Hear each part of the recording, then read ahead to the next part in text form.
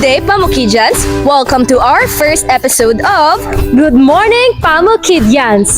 We are your campus broadcasters. I am your Makatang Chikadora, Althea Bulacan Guevara. And I'm your chikadorang mistiza, Glyza Nicole Cortez. Gusto niyo bang makichika sa mga platforms ng bawat partido para sa darating na SSLG election? For sure, excited kayong malaman ang mga ito. Kaya naman, huwag na nating patagalin to. Without further ado, let's start the chikahan! Pero, kapupulutan ng aral. Para manguna sa ating chikahan, ipapasa ko ang mic sa aesthetic na chikadora. And we're here with Ms. Eliza Basa, our current SSLG Vice President, and will run for the position of President this coming school year 2024 to 2025. So, hello everyone. I am Eliza F. Basa from grade 11 Jade, and I will run for the position of President under Saksi Party List. So to start with my first question po, ano ang mga plataforma, plano at aksyon na gagawin ng party list mo na makakatulong sa mga estudyante at para sa kaayusan ng Pabukid National High School? Thank you. So, first of all, I will introduce my party list. So, Saksi Party List, it means Students Alliance of Knowledgeable Competitors. We chose the name Saksi because as students of this school, naging saksi kami ng mga past administrations with their success and achievements or mga nagawa sa school na ito, at saksi din kami sa mga kailangan pang mabago para sa paaralang ito.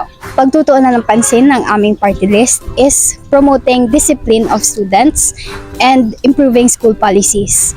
Because as an experienced SSLG officer, I observed na a lot of students don't follow the school rules, and yun ang gusto naming mabago.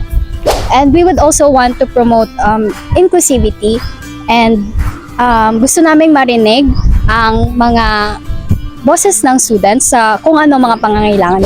So, as our party list, sama-sama kaming lalaban para makatulong and magkapagbigay ng improvements sa school and maging boses ng mga estudyante. So, bakit ang Saksi Party List ang karapat-dapat na iboto para sa darating na SSLG election?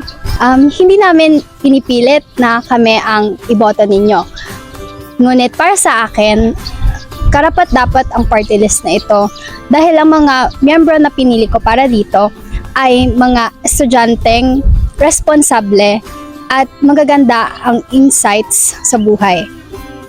Para sa akin, karapat-dapat talaga sila para sa mga posisyon na lalabanan nila dahil talagang may maitutulong sila sa paaralan na ito. At sa motto nga ng aming party list, saksi kami sa pangangailangan ninyo, kaya't narito kami para maglingkod. Sa saksi, sigurado ka. Thank you for sharing your platforms with us, our aspiring Pamukid SSLG President, Ms. Eliza Basa of Saksi Party List.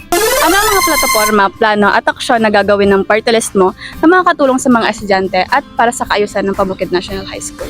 Magandang araw po sa inyong lahat. Ako po si Ashley Nicole P. Domanico ng BPP SKK Party List, o ang buklaran ng pagkakaisa at pag-asa, samahan ng kapayapaan at kabataan, na kung saan ako po'y kumakandidato bilang inyong presidente para sa SSLG 2024 to 2025. Ano nga ba ang mga plataforma ng BPP SKK Party List? Ito po ang ekwalidad, anti-diskriminasyon, pagkapantay-pantay ng bawat isa, pagsolusyon sa hinaing ng bawat mag-aaral at ang kapayapaan. Nilalayo natin ito upang mas mapaganda at mas maisaayos natin ang paaralan, na wakasan ang bawat problema ang kinahaharap ng ating mag-aaral. So, bakit karapat-dapat na iboto para sa darating na SSLG election? Ang BPP SKK Party List ang nararapat na manalo sa eleksyon dahil ito ay ang susi sa pantay-pantay na pagtrato ng bawat mag-aaral sa ating paaralan, na tanggalin ang mga diskriminasyon, pambubuli at inekwalidad, at ang lunasan ang bawat problema ang kinahaharap ng ating mga mag-aaral. Layunin namin ang pagkakaroon ng kapayapaan, pantay-pantay sa pagsasama ng ating mga mag-aaral sa ating paaralan.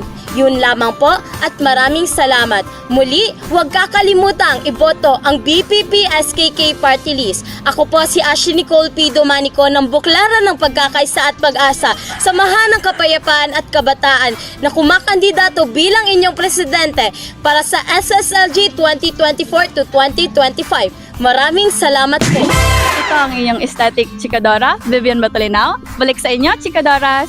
And that's it for our today's chikahan. Ngayon ay nakilala na natin ang mga presidente ng bawat partido this upcoming SSLG elections. Kaya naman, ngayong darating na eleksyon, sana ay ating iboto ang tunay at nararapat. #Vote Wisely. Muli, ito ang inyong makatang chikadora, Althea Balocan Guevara. At ito naman ang inyong chikadorang mistiza, Liza Nicole Cortez. Until our next chikahan, dito lamang yan sa Good Morning, Pamukidjans!